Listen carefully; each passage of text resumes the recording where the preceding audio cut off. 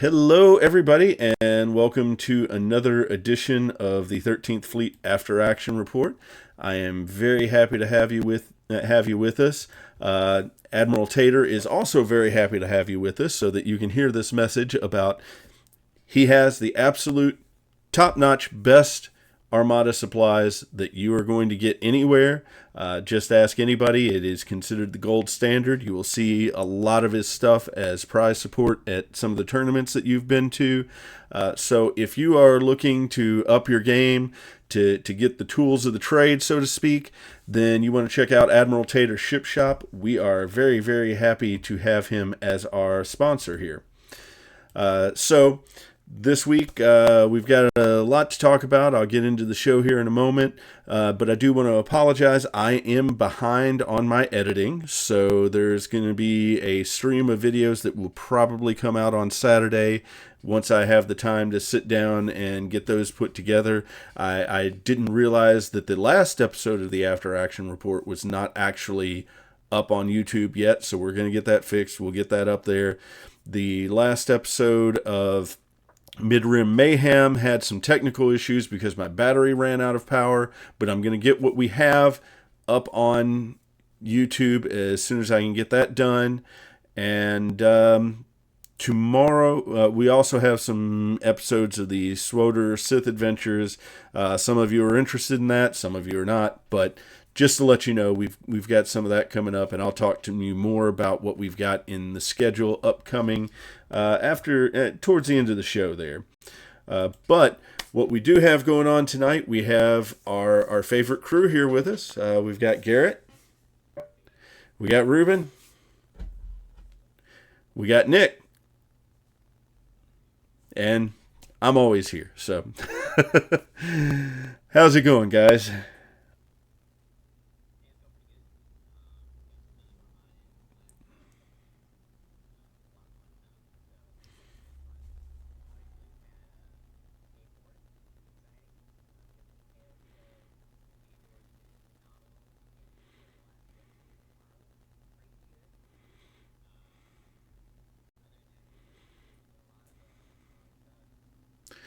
Yeah, you actually went to an event this past weekend, correct?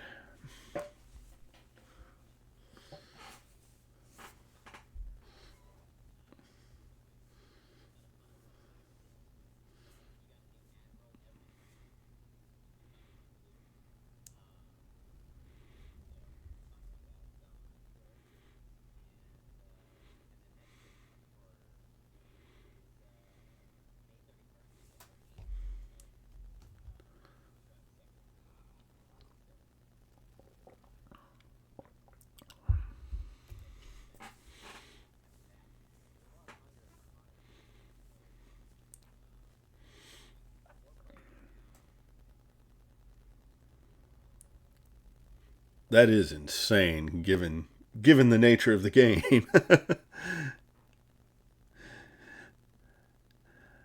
So, what actually? I'm not familiar with that setup on the tournament in Tip City. So tell us a little bit more about that. Yeah, yeah. Let's go ahead and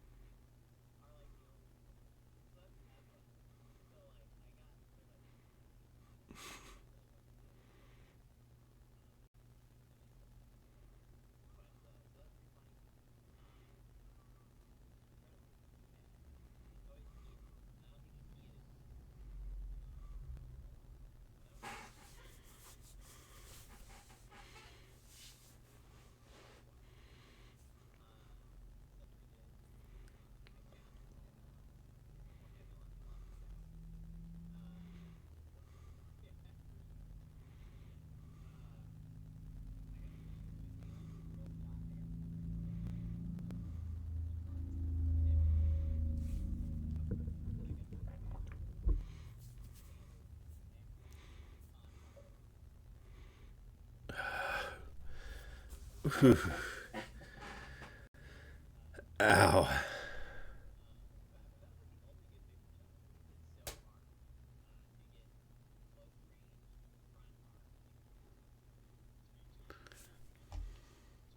Is it's so easy to outmaneuver. Thank you, Mars. I ruined the whole thing again. Are we not? There's no sound. Yeah, Mars just told me the guests have no sound because. Oh my gosh, we gotta start. We need a system. Yeah.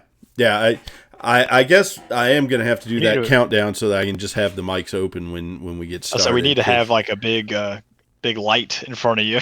Yeah. I'm live on air sign. And guys, just so you know, so the viewers know, this is all on me. This is my fault. This is how things go. I have the memory of a gerbil, and so I'll get started and forget to turn their mics on because I don't want the mics getting started on the opening segment, because sometimes we're talking right into the open of the show. But anyway, everybody said hello, and how's it going? Yeah, we were just talking about the tournament at Tipsy. Yeah. Okay, I'm gonna take it back. I'm gonna take it back to the top. All right, here we go. So, well, everything, you're Chris. Okay, so anyways, Who's the Bosk? We did a Who's the Bosk event on Saturday at Tip City Thunder Forge. And if you don't know what Who's the Bosk format is, there's a couple ways to do it. I'll tell you the way we did it. And it's the way Xantos and them wanted to do it, Damon. So you get to build a fleet without an app. You get 400 points. And then, on top of that, you only get to bring 4 uniques.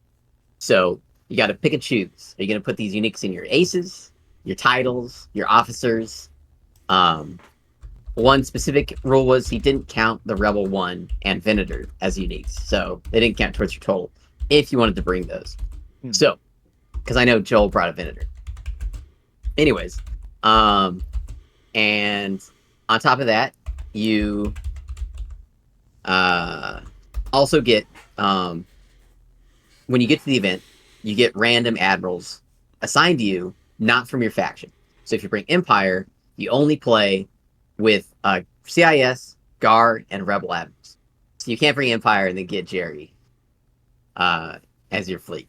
So, and then I'm trying to remember what else I said. Oh yeah, I ran double surprise. So I had one of the locals from Louisville build me a surprise Gar fleet, so that I had no agency in how I did this event, which was a lot of fun. I like the chaos.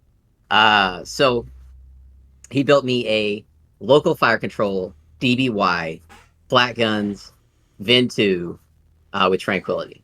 Obviously, really annoying to shoot at. So I never lost the Vin 2. It was at never any moment in the game under threat. But then I had a victory, Gar victory with engine techs, Ord experts expanded, and I had Intel officer too, and X-Frax. So if it gets a ship in front of it, it can kill it. Obviously, it's super hard to get somebody to fly in front of this thing. And then I had a clone Captain Zach, enhanced armament, swift return C-70, which is my favorite ship. And then I have the Pelta with projection experts and munitions resupply. So, anyways, and then I had a small V-19 squad ball with Axe. Now, when you get to the event, you get an admiral randomly, and you get a reroll. So if you pull Sloan and don't have any fighters that can use Sloan, you can reroll and get a new admiral.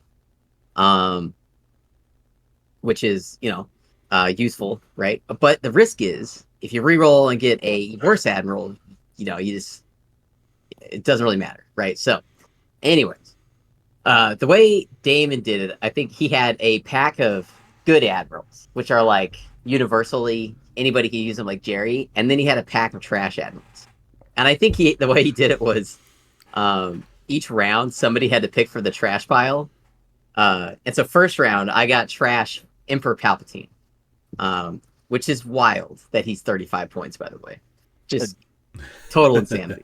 Anyways, I think I actually pulled Sloan first, and I had to reroll because my V-19s are black, non-bomber. So I pulled Sloan, and then I got Palpatine. First round was against 4 Nebulons, an MC-30. I think he had some A-wings too. Yeah, he had A-wings and a flotilla. He had Piet. Unfortunately, he did not Piet once. I don't think he knew. I know a lot of Empire players who have never played Piet, let alone somebody who doesn't play Empire, right? If you don't play Piet, and you're never gonna remember the timing for his one double dial. Yeah. So the Nebula was pretty good. And this is the only time during the whole tournament I got a victory shot off that was good. He parked a couple Nebulons in front of me, and so I got to yeet 9 black dice at 8 black dice at him, and then the 3 reds, and just drilled through 17 damage, which obviously just annihilates a Nebulon.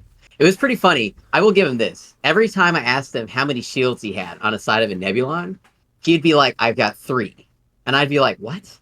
But I keep forgetting he had auxiliary shield teams with redemption, and just kept repairing. So he kept boosted shields, which was really funny. There was one point at the end of the game where I was bombing him, and I was like, "All right, cool. I just need 2 damage, whatever." I shoot at him. He's like, "Okay, cool. Take one of the shields off." And I was like, "What shields?" And he's like, "Oh, I still have 2." Auxiliary shield teams on a Nebulon feels like putting a car cover over a Yugo. Yeah, it was really funny. I was like, "You're still alive? Oh my gosh!" But whatever. That was pretty fun. And Palpatine, I got rid of an evade and I think 2 braces or something. So that was good. And then the next round, I think I got a 9 off that game or something like that. And then because we also played contested outpost, and I speed 3 jumped onto the outpost at the beginning and farmed all 120. So, that was another thing. That's another thing I didn't bring up. So in the game, the guy with the lower point admiral has initiative, and every single game I played, I never had initiative, which was really annoying, especially my last game against Damon. But anyways, in my second game, I got Radis, which was awesome. I was like, Ooh. oh, buddy, I'm a Radis drop this victory. Yeah. I was playing somebody from Louisville, Bo, and he had triple MC30s, and a flotilla, and a Biggs ball, with Hera, and a bunch of X-Wings. And something else? I don't remember. Anyways, and he played my asteroid tactics. So that was fun. He flew into my Wormgate. Here we go again. Wormgate, and then Wormgate. in range of my flat guns Venator. And so we just went to town, consuming fighters. And then his MC30s flew in, and so I janked hard right inside my little palace, and then Radis dropped my victory back towards my edge of the board, so that like he couldn't escape or whatever. But I was able to drill enough damage slowly with my C70. My Clone Captain Zach like put so much damage on him. I was really surprised. But anyways, I never actually got like any good shots with my victory at close range. One of his MC30s got away because like I can't get them all. Like they're too slippery. But we killed 2 of them, and then his X-Wing ball and something else. Maybe his GR75. No, his GR75 got away. That was the thing. His GR75 got away. He had Bright Hope, which was Bright Hope is always annoying because I'm like, perfect. No scatter. Take 1, and he's like Bright Hope. I'm like, okay, fine. So I got away. So he did a pretty good job there. He escaped, but I got his Admiral, his flagship, and so that's what. Because if you get the flagship, you get 30 points no matter what. Because everyone's admirals are different points or whatever. Yeah. Okay. Yeah. So we did that. So I think that was like a 9 or an 8 or something. But then other people were getting stuff like, so like 3 players had like 13 CIS squadrons, like just 7 vultures, 6 hyenas, and Evan Rundis, he got Plo Koon on one of the rounds with his hyenas, which was hilarious. 2 red with Bomber Command Center and Plo Koon accuracies. Some people had Architans. I got Akbar, which is really super fun. Some people were pulling. A lot of people, I think a couple people got Bail Organa.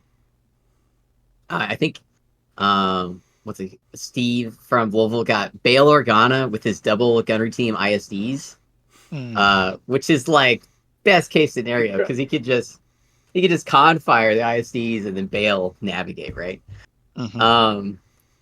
Stuff like that. And then the last round, I got Darth Vader, the commander, which I was like, all right, yeah, well, let's do it. Which is no big deal. And then I'm fighting Damon, and Damon also has Patriot's Fist, Hard Cell, a Munificent, and then like 12 squadrons or whatever. So he didn't. Damon, that's just a competitive list. And Damon, That's just what, Damon what he flies. Damon has just said, "Oh, I showed up right in time." Yeah. So he had that, and I'm trying to remember what Admiral he had. I don't even remember if he got the Spirit of new who's the boss is Damon. Who's You're supposed to 13 buy squads. 13 squads is what he has said. 13 squad? Yeah. My moment of triumph is when I wiped out 3 of his hyenas. So that was great. Trying to remember what his Admiral was. It didn't matter. Honestly, our admirals didn't matter at all. Like none of my rerolls ever paid off. I think I only rerolled like once from a C70. So it was Kenobi in the last round there. Kenobi, that's what it was. It did pay off for him, and it was really annoying. Because I'd be like, "How do you have that shield?" He'd be like, Kenobi. I was, oh my god, it's another damage down. And then I tried the futile second player chasing first player, and I just could not.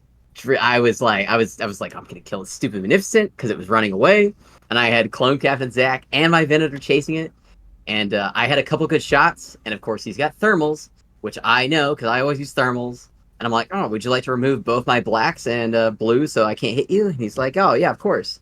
So That was pretty funny. Feels. Yeah. That's Oh really, no, it's every time I play against thermal, I'm like, man, these are annoying. But yeah, you did a really good job. I really love the setup that last game. You were running Darth Vader flying a Venator hunting Obi-Wan Kenobi. Yeah, on a separatist fleet. It was pretty funny. Pretty cool. He managed to kill my C-70 because I got way too aggressive with it. I was like flying it into the. He got a double arc on me because I was like trying to double arc him and like not die. But if you shoot at a C-70 like 3 times, it's super dead. Like no matter what you do. But yeah, and then my victory got killed. That was another thing. He hit me from his side arc on a Munificent, and he needed to get an accuracy and 2 doubles to blow me up. And obviously, he got an accuracy and 2 doubles. I was like, this guy right now. Because I was going to get to activate, and I was going to hit him real hard with that victory. But because I knew the victory was dead, but I thought he was going to survive that one last time. That's okay. He did a great job. He ended up winning. And then I think Evan got second with his super duper hyena list. And I got third, I think. But yeah, super fun. What's it called? What's the word I'm looking for? Unpredictable. Unpredictable. Unorthodox Armada is a ton of fun. I think the best part was the 4 unique limit. Because the guy Aiden, who built my fleet, he put a support officer on my Venator, which I used each game, no matter what. Sometimes it was usually to like do a sneaky squad play, like activate my V19s, because that's the one you can discard your dials and set new ones. And then I had a skilled first officer on my Pelta, which I did use one game to queue up a Confire dial, which was pretty funny. Damon said only needed that roll because my first 3 hyenas did like 1 damage. Yeah. His hyenas were rolling like crap, which was great. But yeah, it was pretty fun. It was awesome. I would do it again in a heartbeat.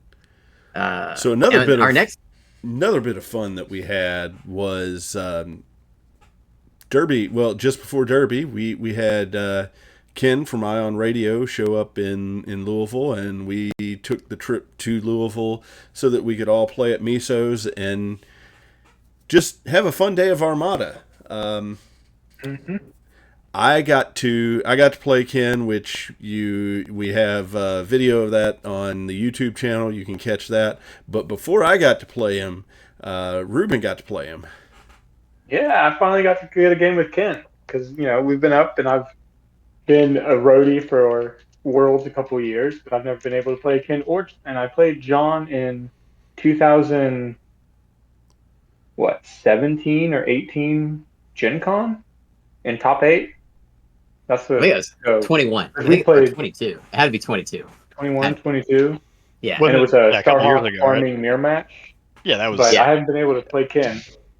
And it was Sector Fleet, which was definitely different. So this will dovetail into our talk about Sector Fleet today. Ken came down with a whole bunch of stuff because, anybody that plays Armada that much, they just have so much of everything. And I had brought a Sector Fleet list for the monster truck format, which is 100 points of squads, 2 maximum smalls, and then everything else is large or mediums, and your commander has to be on a large base or a medium base. I was running large or huge. Large or huge? Okay. Yeah. I was running Garmbell Iblis, which is a departure, right? But there's strategy. So we've got Garm, we've got a Pelta, another departure for me. We don't typically run Peltas, but we've got IF, Ahsoka, projection experts, and then I've got 2 MC-80Hs, 2 Liberties, and we're spamming XI-7s, SW-7s, and like gunnery teams and stuff. And a torpedo frigate to cap the T and this kind of stuff. Playing Sector Fleet is playing 400 points on a bigger scale because it was 800 points. So instead of 1 MC-80, you've got 2, and they're working in tandem. Instead of 1 Liberty attacking from a flank, you've got 2, and they're working in tandem. He was playing Akbar, 3 MC-30s, Home 1, 2 CR-90s, flotilla, and a assault frigate. He tried to cap my T. I said, no, I don't want to go into your broadside formation and get Suishima'd. No, thank you. So I like slowed down and I was able to like catch him, and he made this play where he decided to overlap to not get in the double arc of my MC80, and that caused this catastrophic traffic jam of his entire like conga line, and Yeah. he did like 16 damage to 4 different ships from overlap. So it was an absolute disaster. And so he's sitting there shooting me. Everything's getting overlapped. I'm just firing back at him. The game ends with him having home one left, and I've got like 2 larges or something and a pelta. So everything's just dead. My squad ball killed his squad ball because I had Wedge, Dutch, Hera, Lando, and that was it. So like that squad ball and monster truck format is disgusting because it's just about having, with only 100 points and it has to be all aces, you're pretty much only going to bring air superiority aces because you're not going to bomb anything. It's 800 points. How are you going to kill anything? Right? And like And Empire says hello. Yeah, right. Oh, you try to bomb. Oh, you thought you could bomb my one ISD too? Oh, I actually have 4. And you just go, well, why even bomb anything? I guess I'll just shoot more. And that's my approach to Sector Fleet because I have not played it that much. So my whole thing is like, all right, look at every single upgrade that you put on your ship. If it isn't worth it, get that shit out of here. We are not here to Christmas tree up our ships. You thought we were because it was 800 points. You thought wrong. Actually, we want like as many ships as possible with as few upgrades as possible so we can throw as many dice as possible. And also, not think that hard about what each ship does because you got 10 of them.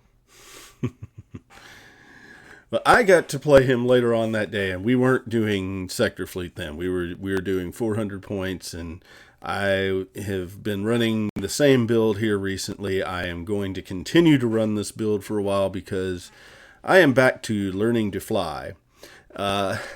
And before I get too deep into this, I just wanted to let Damon know, yeah, I wasn't ignoring your comments there, just trying to keep things moving here. But the notable pairings for the tournament there had a couple of Radisgar, some Sloan Arcs, and people were loving Maydeen, and 4 Nebs with Took and Ramadi. Yeah. I remember talking. I think it's Bennett. Bennett had a CIS squads, and he was like, "Should I take Plo or Yularen?" I talked him into Yularen because he had like a Munificent and Heart Cell pushing thing. So I was like, "This is actually going to up your pushing like quite a bit. You'll be pushing it like you've got a Providence basically." And hello, Dark Horse. So when I got to play Ken, like I said, I'm learning to fly again, and I think that kind of shows in the video. He didn't own me. It was one of those things too. It was actually a really, really close game. And the one takeaway that I had both from the game against him and the game that I played this past week against Joel is, man, I love that squad ball. That the squad ball that I am running is just a lot of fun, and it's small and easy to use. So you're doing Saber and Vader and no.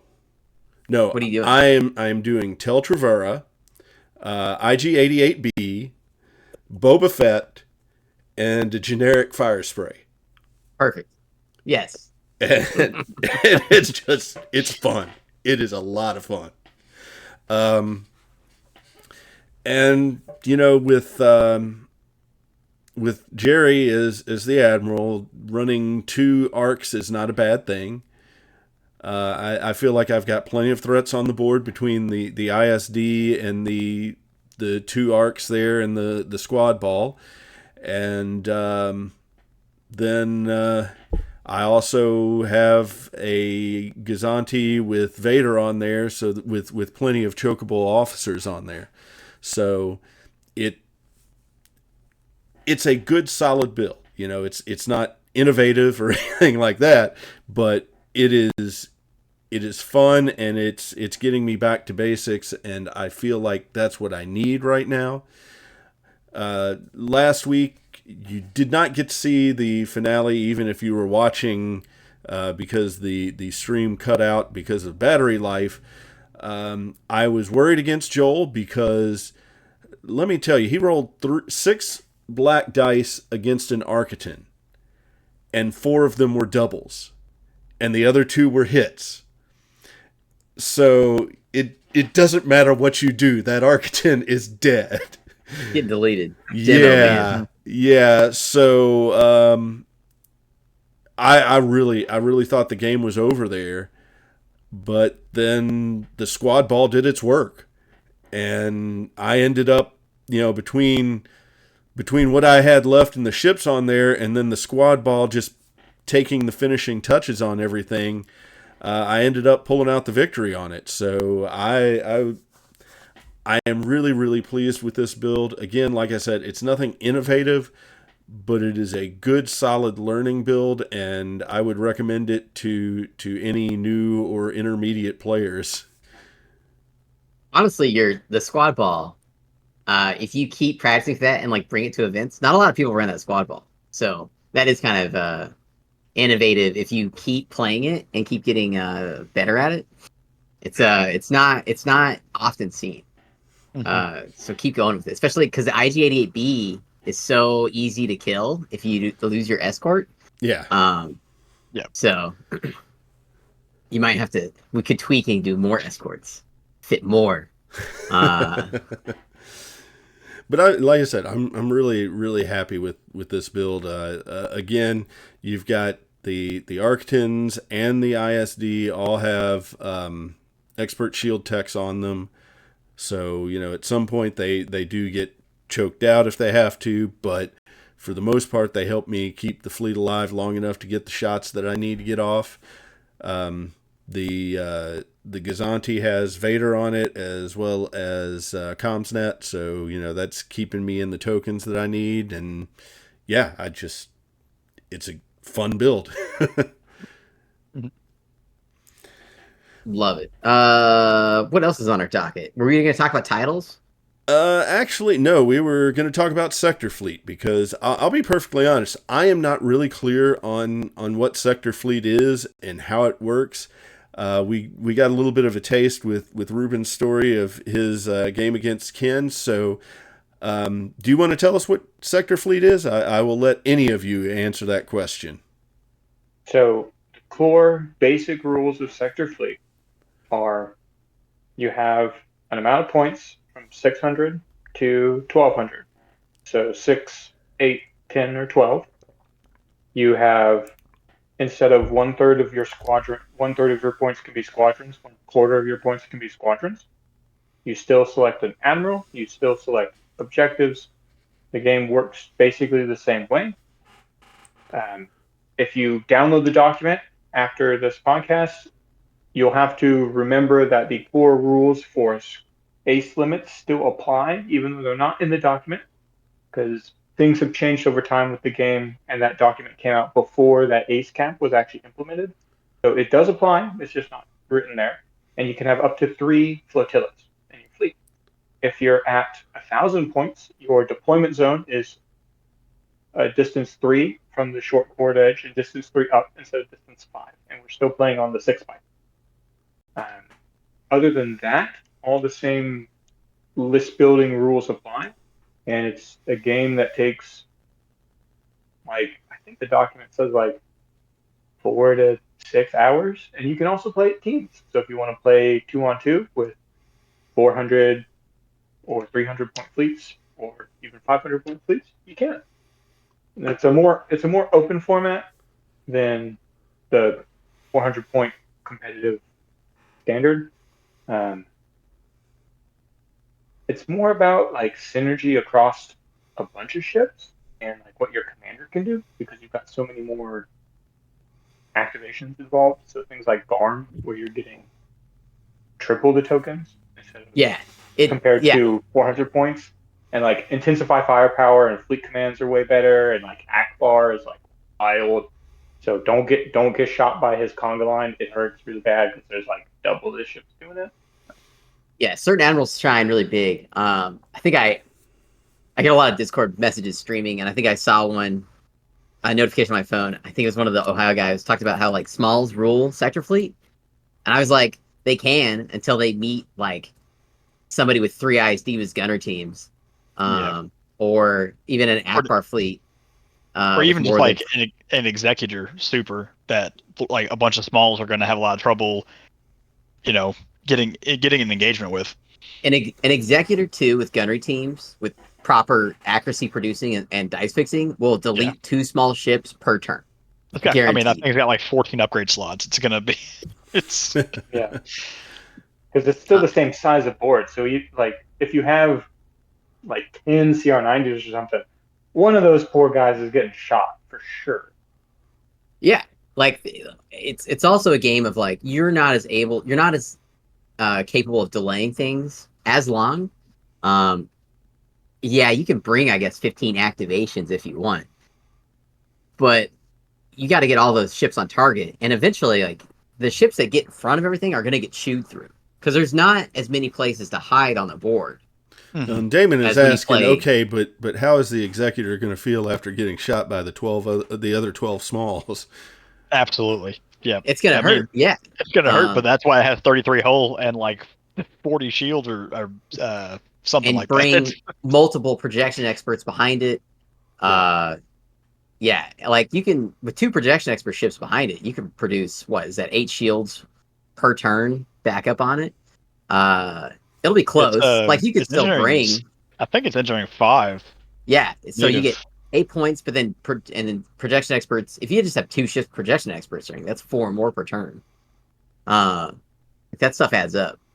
Is it invincible? No, but it's gonna just yeet your smalls pretty fast. Yeah, it's hard to kill, and it throws a lot of dice. Its sides throw like 8 or 9 dice. Oh, good idea. I'll tell Eric to add PE to his executor and onager fleet. Yeah, Joel and I were testing how do we get multiple projection experts in 800 points within our monster truck rules, because like you have smalls. So we're like, I think we built a victory out to do projection experts, which is pretty funny with Haro, because the shields are more important than the ship itself, right? Mm-hmm. On the executor, because that's your tank, and if you can make it almost unkillable, then it's pretty great. Yes, but yeah. I always just go more hull, like more ships, more activation. So that's why I'm not too concerned about a whole bunch of smalls, because any fleet that I build, it's going to have like probably about 4 larges in it if it's 800 points. And when you keep them in formation together, if you have also your flanks covered with smalls, your formation is going to like cut through that cloud of smalls and probably pick up a few of them on the way through. I don't know. Yeah. So what are some of the differences in how you do fleet composition for, what are some different thought processes that go into fleets of those size? Okay. So I'll go with mine because I think mine is kind of a baseline approach, and it's minimal upgrades, focus on a particular role, use upgrades that are fleet-wide boosting, and maximize activations over defensiveness, because more dice is exponentially more damage, and a ECM will still only let you brace once. So my fleets really focus around Intensify Firepower, Home 1, and SW7s. Because mathematically, when you put all that stuff together over like 5 activations of larges and XI7s, it'll go, okay, well, here's 4 damage, 4 damage, 4 damage, 4 damage. And pretty much anything just die in like 2 turns, maybe. Yeah. What do you think, Nick? Yeah, so, and that's right. I was going to say, certain commanders are definitely a lot stronger. Some commanders are weaker. You know, your commanders like Agate or Piet that affect like one ship become much, much less potent when you have so many more ships, whereas things like Thrawn, Admiral Tarkin, or Grand Moff Tarkin, Bail Organa, uh, even like Leia, any admiral that affects an entire fleet and then either improves your command ability or gives out tokens or gives out dials to any effect is so much more exponentially powerful. And then certain upgrades, like basically anything that exhausts, is going to be a lot less useful. ECMs, any kind of like crit effect. I mean, well, generally your ship's only going to get the same amount of shots, but they're going to have a lot more targets and they're going to be getting a shot a lot more. So defensive tech is different. Like PDIC still works because if you're going against a heavy squad list, you might be going up against 12 bombers. And so PDIC can get a lot of work. EWS gets a lot of work. ECMs doesn't get a lot of work because it works once and then you don't have it. There's also that's a huge one. It's also a lot easier to fit like some of those small, like you can fit like a CR90B with weapon battery, or not weapon battery techs. Things like MS1 ion cannons that it can exhaust and upgrade because it's so much easier to fit like a 50-point support ship in an 800-point game. And so you can try all these synergies out that are a lot harder to fit in a standard 400 because you have so many more tools that can monopolize on those opportunities. So you're saying if you don't have a Jerk Zani in a sector fleet, then you're doing it wrong? Jerk Zani only screws one ship, and if your opponent has 4 larges, you got to pick which one you're screwing. True. But you can also have 3 flotillas in sector fleet. Technically. Yeah. Not monster truck, but in normal sector fleet. I really want to play some standard sector fleet. Ruben and I were talking about it. We were arguing about 600 to 800 points. I want to do 800 points because I want all the ships. But it's fun. It's a different game. I think the one thing I started playing before 1.5 came out, and I remember the days of people having 8 aces, which was so crazy, the combos you could put together, having 8 tokened aces on the board.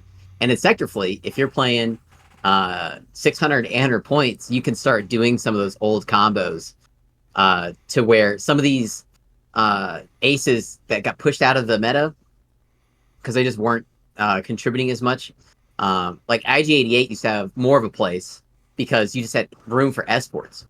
And then, bring in everything like Morna, Boba, Vader escort, Mauler, Hondo instead of Boba to move Mauler. And you could bring Sunterfell because you had room to bring him. You could, instead of just bringing, if you're running modern stuff where it's just Merrick, Vader, Jindin, and then your 4th one. Because you can bring Merrick, Vader, Jindin, and then everybody else.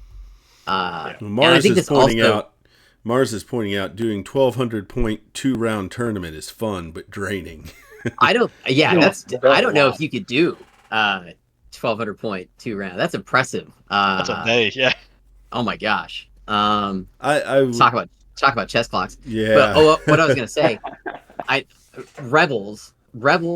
Once rebels are able to bring more than 4 aces, those squad balls really start to shine.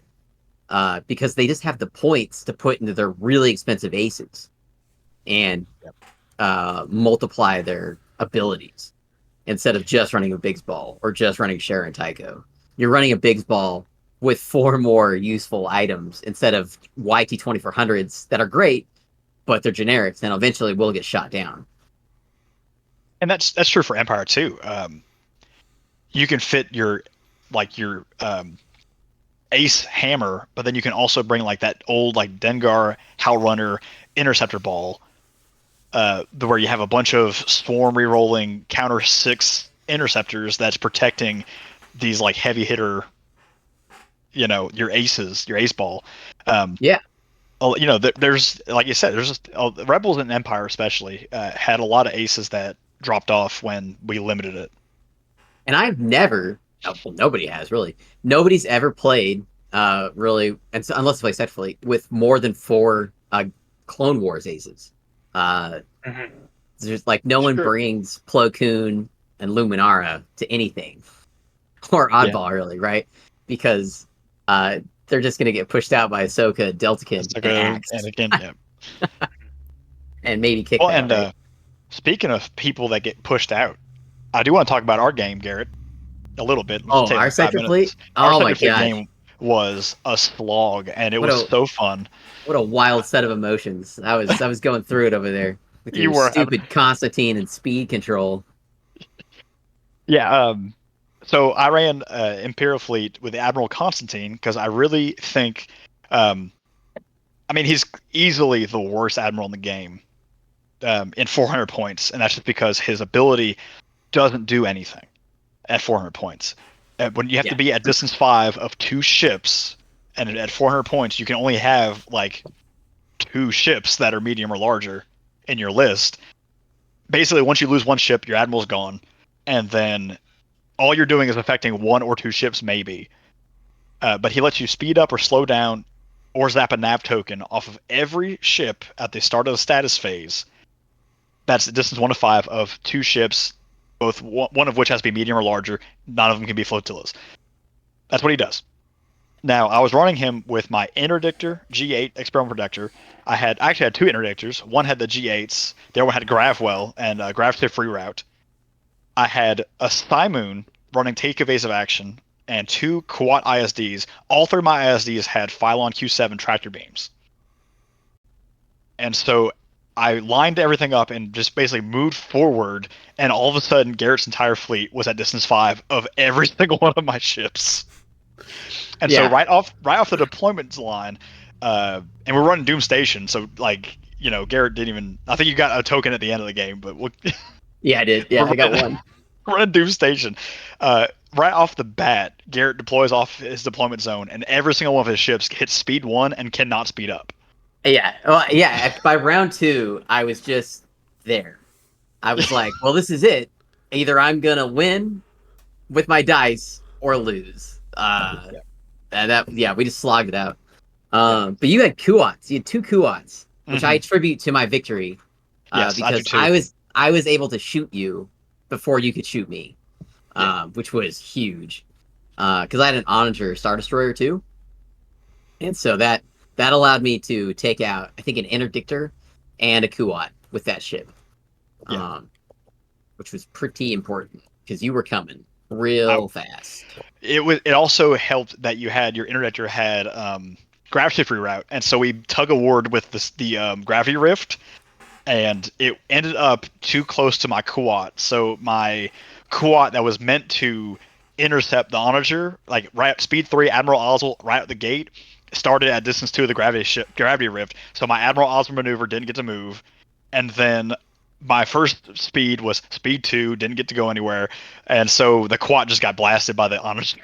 Yeah, and you had that stupid what's that thing? The Grav, the one that makes me deploy at speed 0. The Gravwell. So half of his fleet was at speed 0. Yeah, so I just deployed my Onager at speed 0, which worked out for me because I was like, okay, well, I don't want to be next to that, so I'm just gonna crawl forward.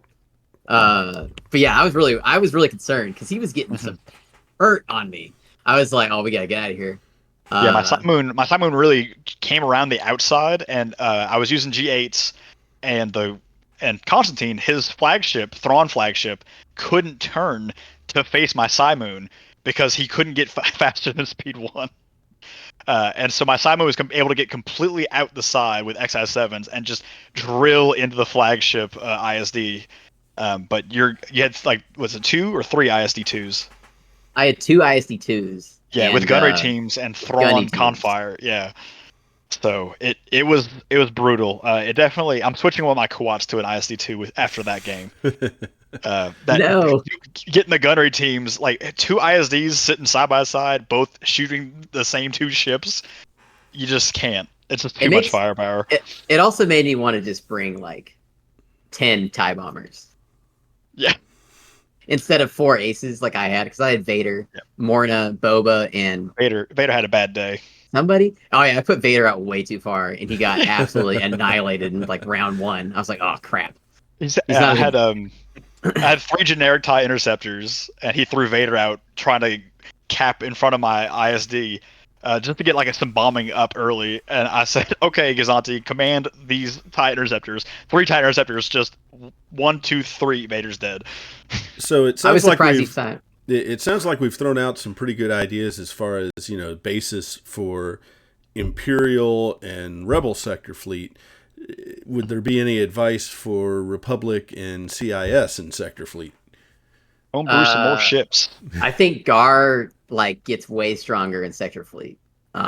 First off, I think a lot of sector fleet tournaments at Monster Truck stuff is always won by SFAT-T, Victory and Venator fleets, because they can just throw out obscene amounts of damage at these points on the map that are at almost at extreme long. It's just really easy to get everybody on target at the same thing. And it's also blue dice, right? So it's like they're gonna get accuracy, so lock down your evades. So they get really strong. I think at a proper, if I'm allowed to bring, let's say we're playing 800 points and I'm bringing 200 points of Gar squads, you're gonna get just Arc 170s, Y-wings, and then 8. All of the Jedi aces are coming for you. It's just gonna be disgusting. All the Jedi aces in the same list, and then followed up by 100 points of Arc 170s. That's a lot of pain. And Damon comments that thermals is really strong. Super strong. Especially against if you're Gar and you fly into an Imperial fleet, which are typically the strongest sector fleet stuff, if you fly into an Executor and you have thermals, that Executor is not going to kill you. You're going to be fine.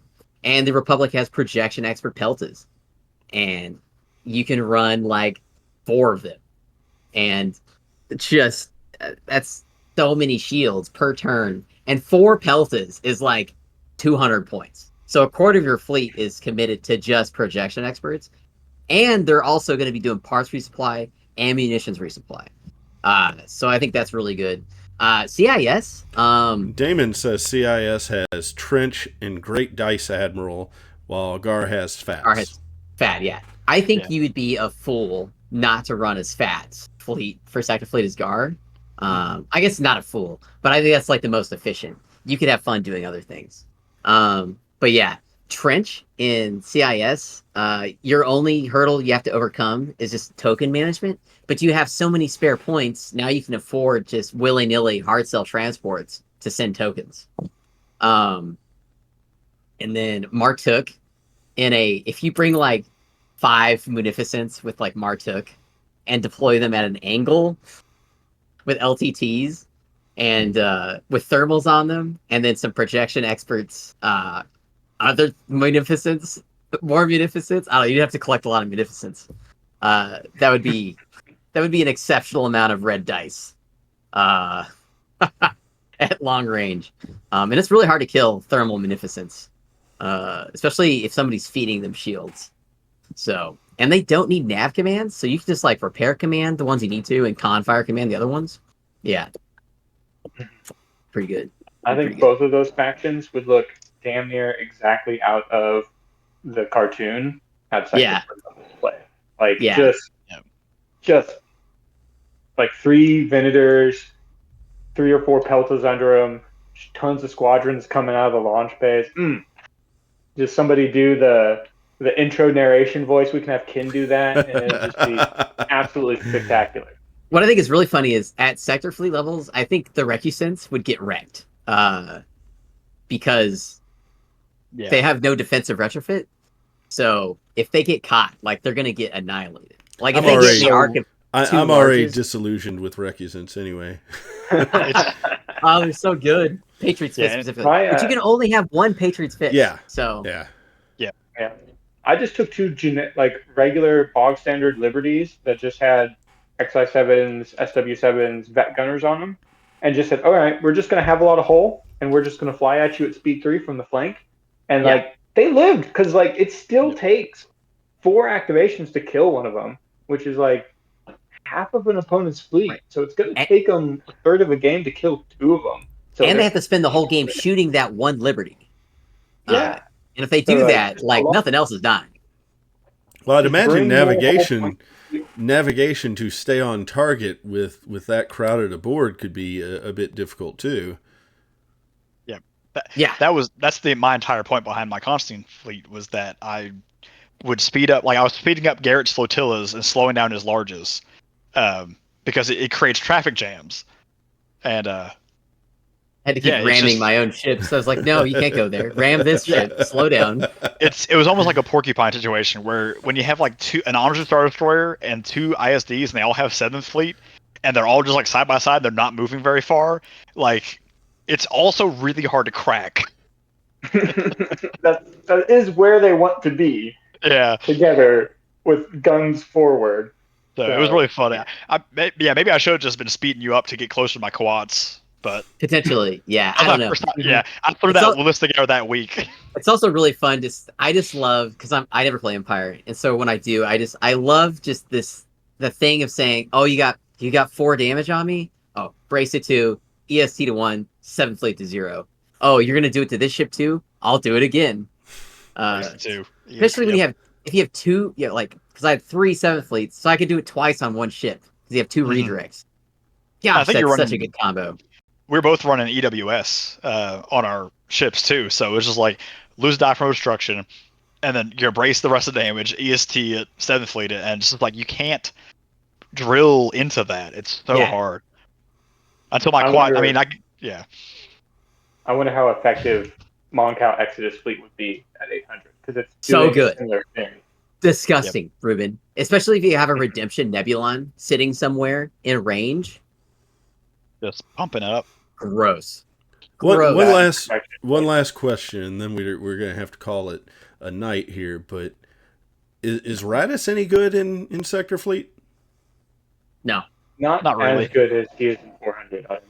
You can still use them, but like I didn't think so. I just wanted to check on that here. Yeah, I don't know if you've that. Yep.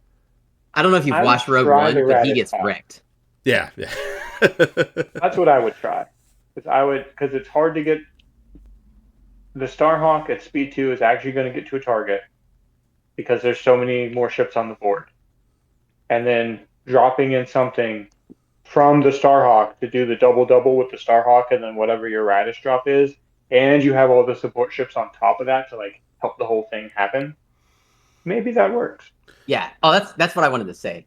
I think the Starhawk with the Magnites could actually do insane work in Sector Fleet because usually when you fly Magnites, you don't have any other ships to take advantage of the speed 0 situation.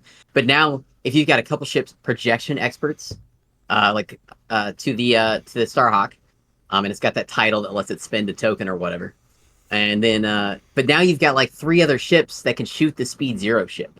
So that's helpful, or squadrons. Okay, so we will close with. Who is your admiral for Sector Fleet? Ruben? I'm going to go with Space Dad. As much as most people would think, I would say Akbar, Space Dad. Garn Bell Iblis. He's great in the Timothy Zahn trilogy, and he is absolutely not useful at 400 points, but he's firing on all cylinders at 800. All right, Garrett? It's either going to be Thrawn, or I'm bringing potentially Gar Tarkin. Okay, Nick. It might be controversial, but I'm sticking with Constantine, my man, Special K. I'm gonna fly him. I'm gonna fly him until he works. Break him till he breaks the game. Well, guys, but no, seriously, probably Vader or Moff Tarkin. Vader, that's a good one. Okay, and I would say make an 800-point fleet. Pick one of the green objectives from Rebellion on the Rim or Corellian Conflict, and just find somebody that you want to play with and get like an absolutely magnificent Star Wars experience. Hyperspace one, the hyperspace retreat one. That one. Yeah, So just enjoy an evening of just some really great thematic Star Wars. If you've never played Sector Fleet, it is my favorite way to play Armada. It's such a different game. All right. Well, with that, I am going to say goodnight to you guys. Thank you for being on the show again. Thank you. And thanks for having everybody us. for watching. Indeed. Yeah. We had a great crowd tonight. We had a lot of people actually piping in on the chat, so I appreciate that. Heck yeah. Thanks, Take guys. care. All right. Good night, guys. We'll see y'all again soon. So, again, thank you for watching the show. Thank you for all of you who have joined in the chat and had your comments and questions. We really, really appreciate that. Going to let you know what's going on for the rest of this week. So tomorrow, I am actually going to be doing a special edition of the SWOTR Sith Adventures because there is a solo section that I have to do, so Mallet won't be a part of that, and I figured, well, if I've got to record it anyway, let me go ahead and do a stream on that. Then Thursday we will have Mid-Rim Mayhem. This time I probably will not be the person on the stream. It's just been more convenient to have me on the stream the last couple of times. And this time I have my power cable, so we will definitely have the full show on there. Saturday, I am hoping to go ahead and get everything edited and posted to YouTube. So if you're watching this on YouTube, you probably are watching it because I just got it edited. And then on Sunday, we'll have another edition of our SWOTR Adventures with Mallet. So got some stuff going on. Hope you guys are watching. Hope you guys enjoyed this. And you guys have a great night.